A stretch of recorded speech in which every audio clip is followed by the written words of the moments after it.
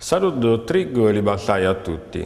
Disedi abizzati che avevamo ciambato a Posento, no? Che ci sono tanti gurori, che ci sono disegni fatti da creatori, insomma tutto, lo che vede in un'aula di cura. E tanto questo mi ha fatto venire in mente di fabidare un po' di rigurori e oggi ho preparato una rosa di gurori, no? Proprio potremmo fontumarlo un accubinto di gurori.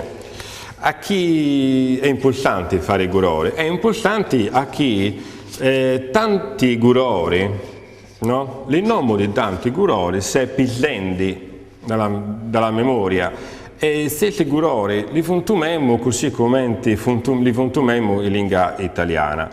Però se noi vorremmo che la lingua nostra andia ad avanti, dobbiamo un po' punire a ficco pure questi particolari. Tanto cominciamo a fontumare questi gurori, no? Tanto abbiamo rovesli, abbiamo lo marrone, marrò o marroni, abbiamo il cosiddetto lo rosa,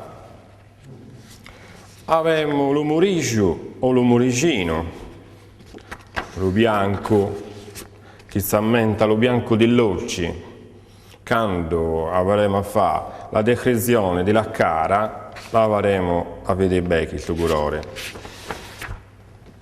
L'arancione, roio, e questo che mi piace tanto, lo colore di rosori, in sassareso si chiama grogo, questo che ormai quasi tutti chiamano giallo, così non andava bene.